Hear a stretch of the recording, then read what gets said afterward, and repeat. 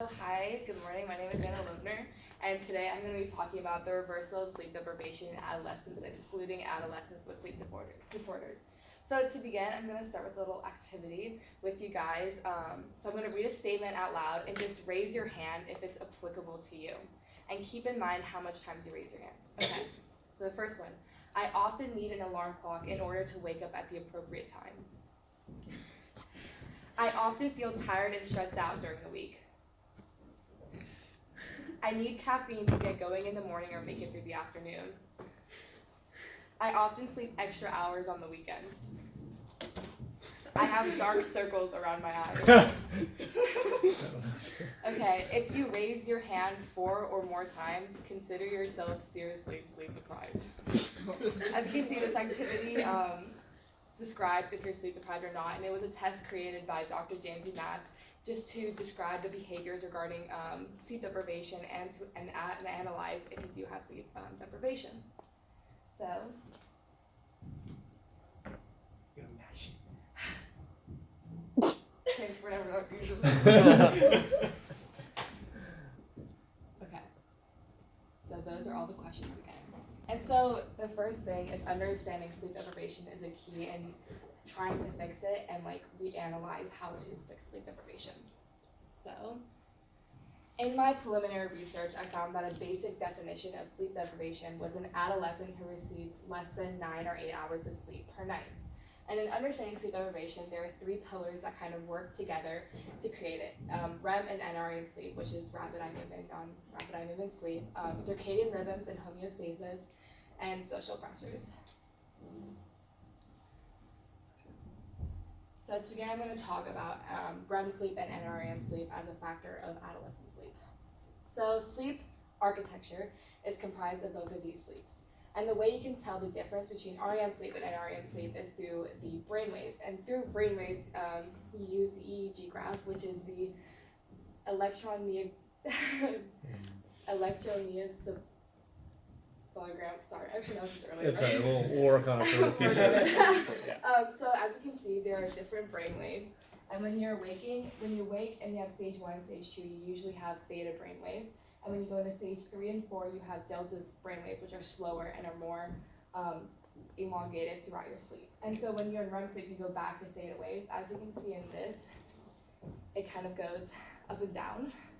And so the stage 1 of REM sleep attributes to an adolescent still being awake and conscious, and it's when the larger muscles in your body begin to relax. And you can usually achieve this stage through meditation or just laying in bed when you're reading a book or watching a movie.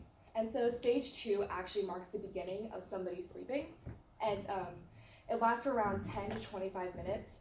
And the purpose of this stage is to allow an adolescent to fall asleep and disregard environment and outside stimuli. And so if you ever feel the sensation of falling or you wake up with a jerk, this means that you're in stage 2 of NREM sleep.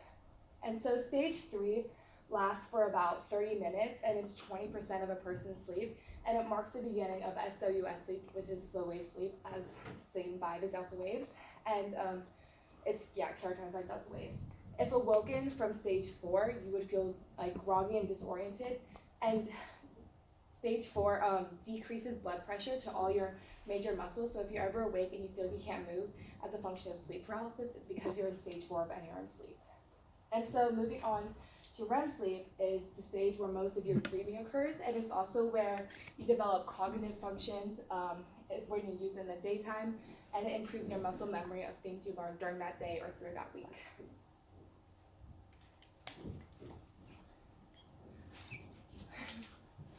Okay, and so next I'm going to talk about the 2 aspects that pertain to adolescent sleep, which are medical and social. So the medical aspect consists of understanding an adolescent's body as they move through puberty and change and become an adult. So one such change is their circadian rhythms.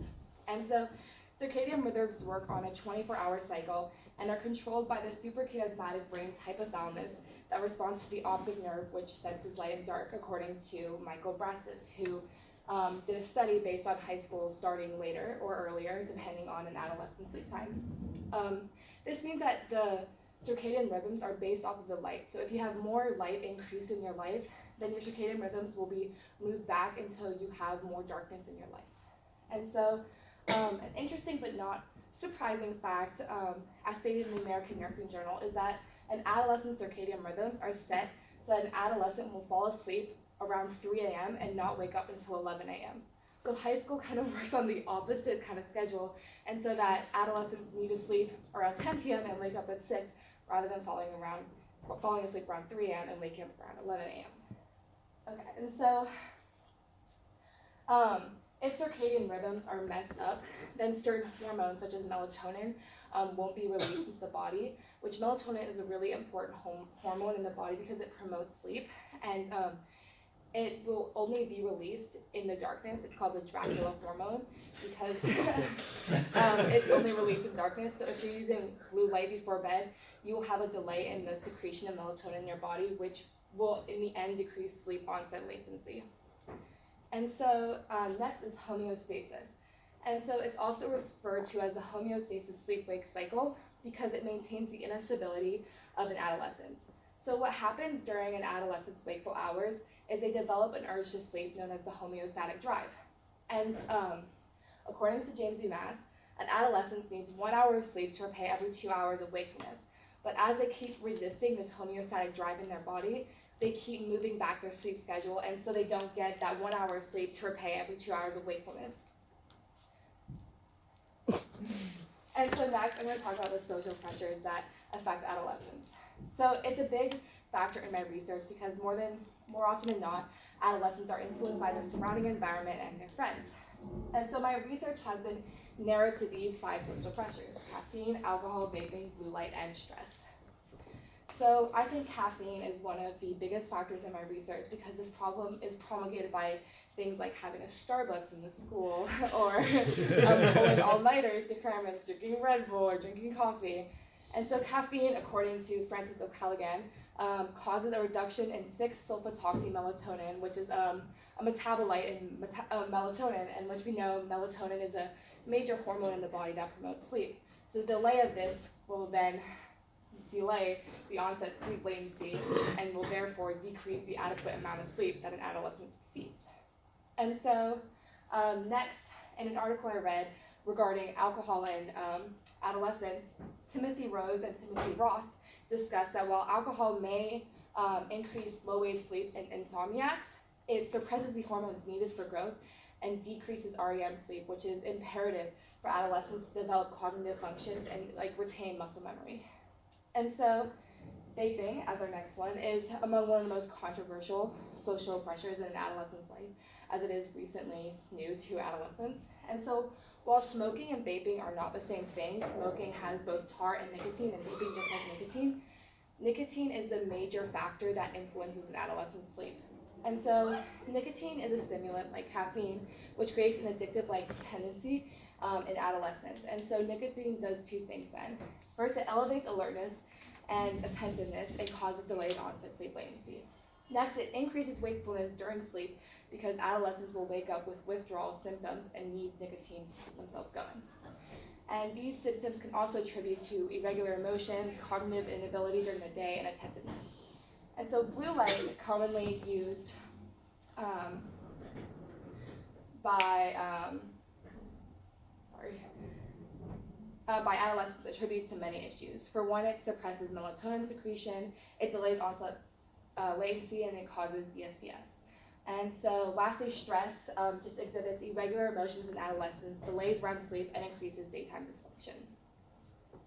And so my gap in literature is that, I can switch the slide, is that while sleep deprivation can be reversed in adolescence, it takes time and patience, and furthermore, it was more broad and vague in a sense that it just referred to sleep deprivation and didn't include any factors such as the suppression of melatonin or the decreased REM sleep in adolescents.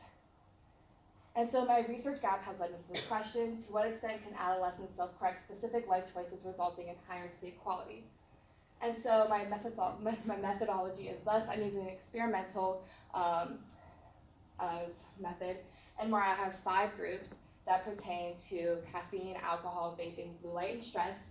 And to begin with, I'm giving each of them a survey based on emotions, stress, alcohol intake, caffeine intake, blue light intake, vaping duration, and hours spent studying, just so I can have a baseline And then my interventions will then have a survey with emotions and stress. Their interventions will be self-regulated, and I'll be there just to monitor them. And if they're not on track with what I think is correct for them, then I'll intervene. But if not, it's self-motivated. And so my constant is going to be blood pressure, because it is shown that blood pressure is elevated when adolescents are sleep deprived, and it decreases when they have adequate sleep. And so, let's skip this slide. And moving on to my hypothesis is I think that the results will take time, but that each group will have different results, and that it will work, but just to different extents with each group, depending on what the severity of their intervention is and how much they do it. And so what is the significance of my study? So every student and adolescent faces sleep deprivation. Even for our class, like a majority of us are already sleep deprived, and I think it's significant and relevant to our culture as adolescents, and hopefully my study will give results that can help reverse this deprivation.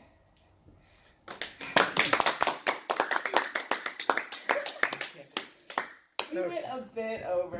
How much? Like 3 minutes. Okay, so it's 11 minutes. Oh my gosh. And I thought I was over with 8 minutes. Okay. Hey, that's a good sign. Everyone was still attentive. Yeah. That means it's interesting. Yeah, true. That's a good sign. Okay. So what would you say is the largest obstacle you've been challenged with so far in coming to your research question? So I think that like sleep as a general field has many complexities and intricacies, and there are just so many outlets by which you can study within sleep, whether it be sleep disorders or sleep deprivation or just sleep in general. And so I think when deciding on my research question, I really had to narrow what I wanted to do, which was really hard for me because I think sleep as a whole is just really interesting. And then once I started researching, I found more gaps in literature, which also helped to develop my research question. And when I started looking at the factors that affect adolescents, it then started putting things together. All right. Thank you.